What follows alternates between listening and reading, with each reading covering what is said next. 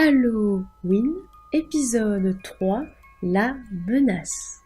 En TW, on retrouvera surnaturel. Pourquoi ont-ils choisi d'aller au-devant du danger? Pourquoi ne pas être un tardigrade comme tout le monde et suivre la population dans la tardi-religion? Excellente question. Fluffy pense à la routine à rompre, Axel à la curiosité qui peut piquer n'importe quel individu, Patcha à l'ennui et Dimitri à l'inconscience. Même si cette épopée leur permet d'éviter de retourner dans les champs. Après tout, d'ici quelques minutes, les tardichefs peuvent décider de reprendre les activités, et le quatuor préfère flâner. De ce fait, ils quittent l'enceinte du village matérialisée par deux énormes dolmens. Devant eux, le lac, au loin à gauche, une épaisse forêt. Personne n'y va, personne dans Krista ne sait chasser, et tous ont peur des bruits perçus. Et à droite, une route en terre qui mène à une chaîne de montagnes. Domaine des tardis dieux, Dieu pour les intimes. Avec leur course effrénée, les éclats de rire aussi, plus personne n'entendait la respiration stertoreuse de Dimitri. Finalement arrivé au bord du lac, la fumée s'est déjà échappée vers le ciel.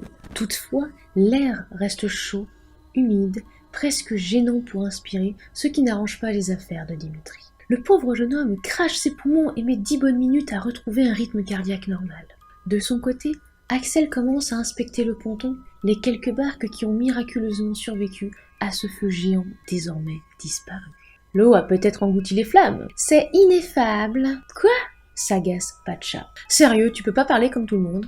Toujours à faire ton intéressante, là tu es. Il ne peut finir sa phrase. Fluffy gonfle son corps et ressemble à l'une des tardichefs, la plus vieille du village qui déteste être touchée. Effrayé, Patcha s'excuse et s'essuie la sueur qui commence à perler sur son front. Axel tempère. En courant, j'ai entendu un père dire que le feu a démarré ici. Il montre l'autre bout du quai. Or, le bois est intact. C'est l'œuvre d'un dieu tardi. Pour une fois, c'est Dimitri qui met son doigt sur la bouche de Patcha. Dire que d'habitude c'est lui le plus religieux de la bande. Fluffy marche, écrase l'herbe sur les berges et constate une drôle de forme au loin. Une silhouette, un objet déplacé par le vent qui se lève. Étrange. Les râles de Dimitri la ramènent à la réalité. Je crois qu'il y a un truc là-bas. Qu'est-ce que c'est? Interroge Fluffy. Axel récupère ce qui semble être un papier volant à ses yeux. On dirait un homme et il y a des lettres sur lui, un message. Bondissant pour revenir à la hâte à sa hauteur, elle lui arrache presque le papier des mains. Contrairement aux autres, Fluffy a reçu, plus jeune, des cours en lecture et écriture. Certes, elle met 2 bonnes minutes pour rassembler mentalement les mots, dans le but qu'ils forment une phrase intelligible et minimum cohérente. Il faut arrêter de trouver des excuses aux imbéciles. Tu ne peux pas mettre une fleur dans un trou du cul puis appeler ça un vase. J'ai pas compris, se lamente Patcha.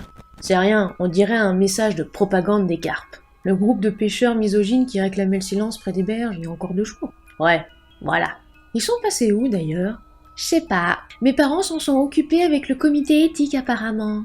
Le quatuor ne le sait pas, mais cet événement explique pourquoi le stock de viande a grimpé dans les réserves. L'engouement des jeunes se tarit, tout comme la motivation d'Axel.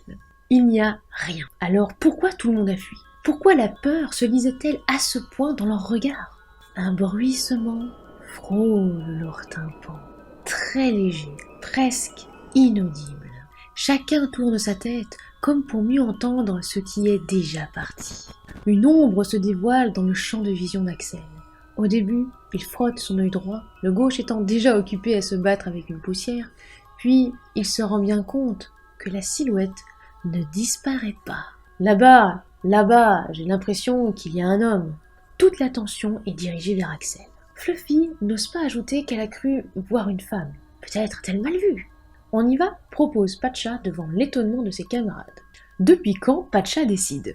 Et depuis quand Axel ne s'en formalise pas? Bref, Dimitri se résigne, surtout en découvrant l'enthousiasme de ses amis prêts à aller au devant d'un danger. Tous les habitants de Krista se sont réfugiés sous la tardicloche, et le crépuscule n'arrivera que dans 1 heure. Ils ont largement assez pour faire un petit tour et rentrer comme si de rien n'était. Ils longent la plage, se dirigent vers la forêt. Le vent redouble et semble à présent contraire. Chacun lutte pour avancer. Dimitri se met à prier les dieux. Axel lui-même veut abandonner. Non pas parce que c'est trop difficile, seulement parce qu'au fond de lui, il sent qu'il ne devrait pas être ici. Patcha le pousse. Après tout, il ne reste rien à peine 50 mètres. Avant de voir un immense cube se dresser à l'orée de la forêt, ils sentent une odeur de brûlé. Dimitri ne met pas longtemps à mettre le doigt sur la cause trouble. De la fumée sort d'une sorte de cylindre. Fluffy s'en approche avec Pacha, mais leur route est coupée par ce qu'il croit être une apparition divine. Ah, tout ceci est amphigorique. Oh non, bordel, Fluffy, cette femme, c'est pour toi. Qui êtes-vous? Liv Stabler, voyageuse temporelle, matricule. Oh, stop! Arrête Fluffy. Voyage temporel? Voyage dans le temps, marmonne Axel. Est-ce possible? Dimitri éclate de rire, songeant à un rêve. Il réclame même à Pacha de le pincer, ce dernier s'exécutant avec flair. Liv leur montre son casque. Je porte un scaphandre, mieux qu'une combinaison pour ce type de voyage. Ok, admettons, pourquoi êtes-vous là? Je ne suis là que pour eux, je vais être discrète, mais voilà qu'un moteur a lâché, les nanites n'ont pas pu le réparer. Ils ne ronronnent plus comme avant, la poisse. Rappelez-moi aussi de vous effacer la mémoire. Tous restent bouche bée. Axel recule d'un pas. Votre taux d'érythrocyte est étrange. Bon sang, j'ai fait un bond de combien d'années?